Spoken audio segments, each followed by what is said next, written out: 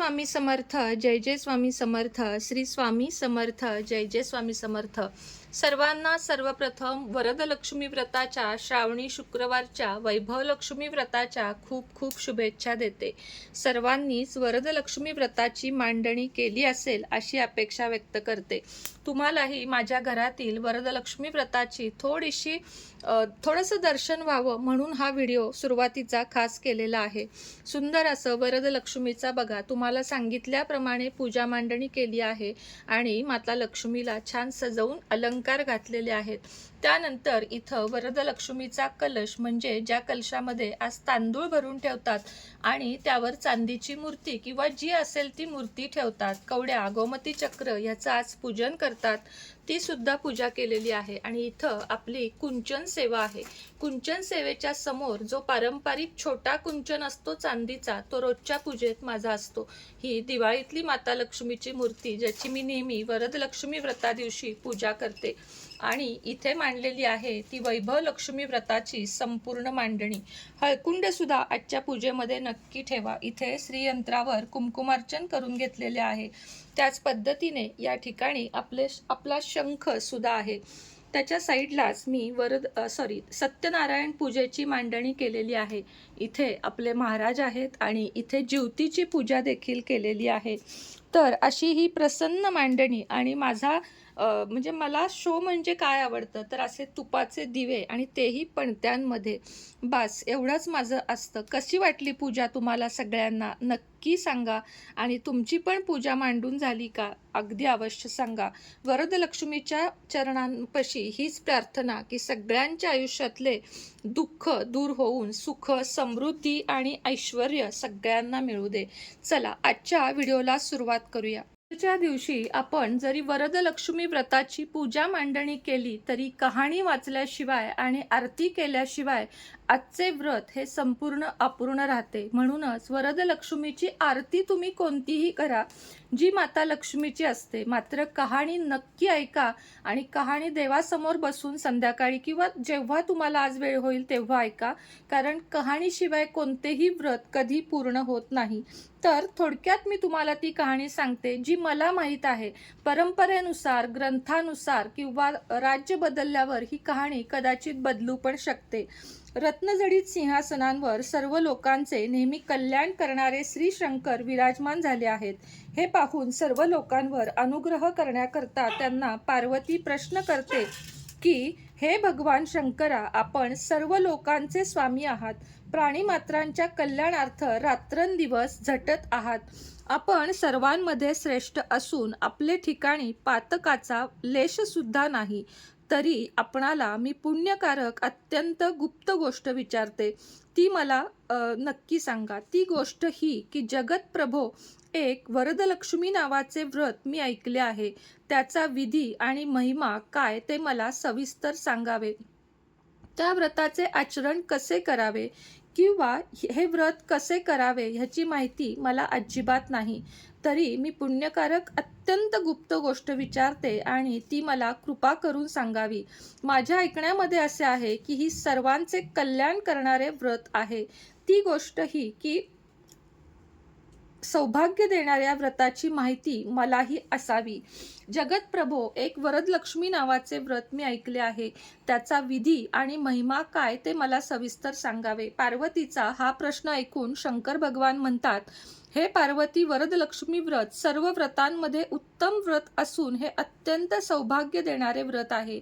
या व्रताचे आचरण केले असता तत्काळ सर्व प्रकारची संपत्ती प्राप्त होते, पुत्र पौत्रादी संततीची वृद्धी होते।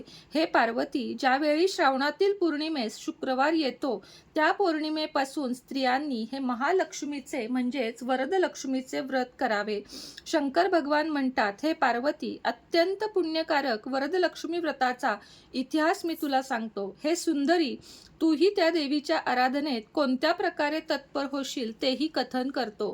कौंडिन्य नावाचे एक नगर असून त्या नगरात ज्याच्या सभोवताली सुवर्णाचा फोटो कोटा आहे आणि अग्नीप्रमाणे तेज पुंज असे एक मंदिर होते. त्या मंदिरामध्ये चारुमती नावाची एक सर्व लोकात प्रख्यात अशी ब्राह्मण स्त्री राहत असे. ही ब्राह्मण पत्नी सतत पतिभक्तीविषयी तत्पर महापतिव्रता, सासू सासऱ्यांवर प्रेम करणारी होती. तिची कांती चंदाप्रमाणे असून तिचे भाषण मंजूळ होते. तिचे सदा सर्वदा काळ प्रसन्न चित्त पवित्र आचरण पाहून प्रत्यक्ष लक्ष्मी तिच्या स्वप्नात आली आणि म्हणाली, हे चारुमती, इकडे ये. वरद लक्ष्मीच्या प्रसादाने तुझे कल्याण असो. तुला मी गोष्ट सांगते ती ऐक.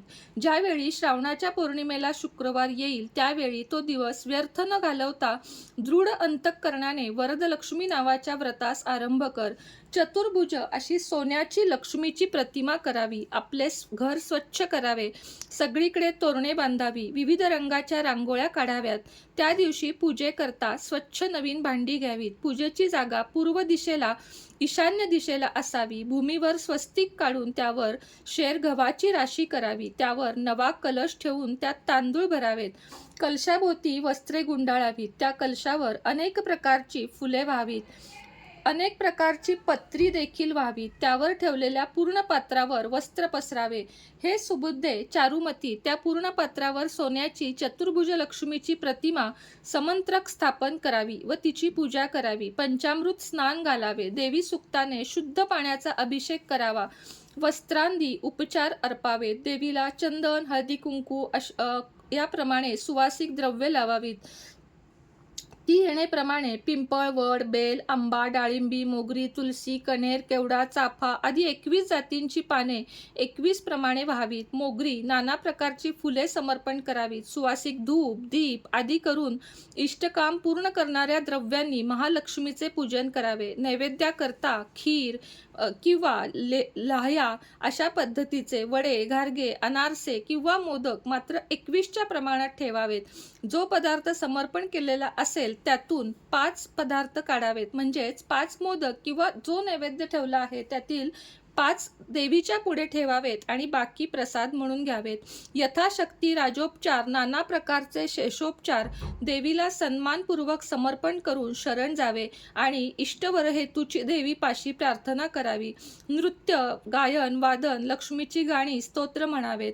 हे प्रियभाषिणी चारुमती, पूर्वी उमा, सरस्वती, सावित्री, इंद्राणी इत्यादी हे समृद्धी देणारे व्रत यथासांग केले. त्यामुळे त्या मोठ्या अधिकारास पोहोचल्या.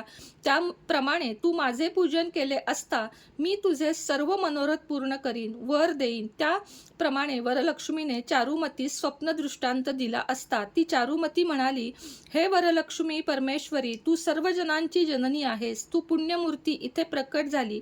तुला मी नमस्कार करते. हे शरणागताचे रक्षण करणाऱ्या, हे जगतपूजे, हे श्री विष्णूच्या वक्षस्थलावर निरंतर वास करणारे, जिला तू एकवार कृपादृष्टीने अवलोकन केलेस ती तत्काळ सर्व संकटापासून मुक्त होईल यात शंका नाही. मी पूर्वीच्या सहस्रावधी जन्मात काहीतरी पुण्याचा संचय केला असेल की ज्यामुळे हे हरिवल्लभे आज मी तुझे चरण कमल पाहत आहे.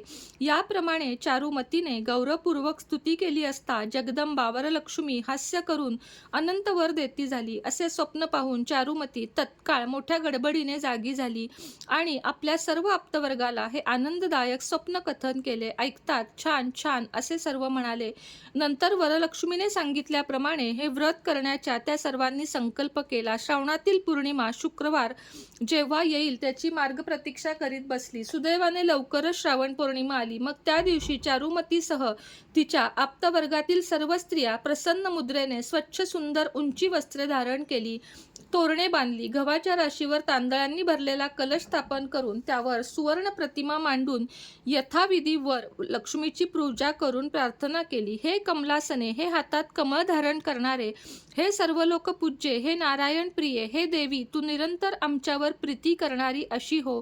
पद्मासने या मंत्राने पूजेच्या उपचारातील प्रत्येक वस्तू अनुक्रमाने कलशात टाकून वरलक्ष्मीची पूजा करून त्यांनी उजव्या हातात वरसूत्र दिले. या वरलक्ष्मीच्या प्रसादाने चारुमती प्रसन्न अंतःकरण होऊन क्षुधितांना अन्नदान करण्याविषयी व आप्त कुटुंबवर्गीयांच्या पोषणाविषयी तत्पर झाली. नंतर ती त्या दिवसापासून नित्य मंगलवेश धारण करून देवीच्या सन्निध बसू लागली. याप्रमाणे वरलक्ष्मीचे ठिकाणी तिची भक्ती जडल्यामुळे तिला मोठमोठाले मोत्यांचे हार, जवाहिरांचे अलंकार अंगावर धारण करण्यासारखे वैभव प्राप्त झाले. शेवटी तिचे वैभव इतके वाढले की ज्या ठिकाणी जाण्याचे असेल तिथे तिथे ती सोबत हत्ती, घोडे, रथ यांनी युक्त अशा मोठ्या थाटाने जाऊ लागली. नंतर तिच्या ज्या निरनिराळ्या मैत्रिणी तुला एवढे वैभव प्राप्त कसे झाले म्हणून विचारीत, त्यावेळी चारुमती त्यांना मोठ्या प्रेमाने हे वरदलक्ष्मीचे व्रत सांगत असे. सूत सांगतात, यावरून हे व्रत खरोखर अत्यंत गुह्य आहे. याचे जो कोणी मानव आचरण करील तो आपले अत्यंत कल्याण झालेले पाहिल. चारुमती तर या व्रताने सर्व दुर्लभ मनोरथांना पूर्ण झाली. नंतर या वरलक्ष्मीच्या पूजेने ती सर्व लोकात पूज्य होऊन चिरकालपर्यंत वैभव पावली आणि तिने ज्या मैत्रिणी करून हे व्रत करविले त्यांनी त्या देखील श्रीमंत झाल्या. याकरिता हे पुण्यकारक व्रत सर्व स्त्रियांनी सविस्तर भक्तिपूर्वक करावे. जे हे भक्तीने आचरण करतील त्यांना विपुल भोग व अखंड लक्ष्मीची प्राप्ती होईल. हे सर्व व्रतांमध्ये श्रेष्ठ असे पुण्यकारक शुभ वरलक्ष्मीचे व्रत जे नरनारी करतील ते आपल्या पायांनी स्वर्गास जातील. जे कोणी नित्य स्वस्थ अंतःकरणाने हे वरलक्ष्मीचे चरित्र मुखावाटे गातील किंवा श्रवणद्वारा ऐकतील त्यांचे घरी वरलक्ष्मीच्या प्रसादाने धनधान्याची समृद्धी होईल. ही भविष्योत्तर पुराणांतर्गत वरलक्ष्मीची कथा संपूर्ण झाली. श्री वरदलक्ष्मीची कथा ऐकून तुम्हाला कशी वाटली नक्की सांगा. अतिशय तळमळ होती माझी की आजची ही कथा तुमच्यापर्यंत पोचवावी आणि ही कथा तुम्ही ऐकली असेल तर श्री वरदलक्ष्मी माता प्रसन्न किंवा जय माता लक्ष्मी इतका कमेंट करायला विसरू नका. व्हिडिओ कसा वाटला नक्की सांगा. आवडला तर लाईक, शेअर, सबस्क्राईब करा. पुन्हा भेटेन नवीन व्हिडिओसोबत, नवीन विषयासोबत. तोपर्यंत सगळ्यांना जय माता लक्ष्मी.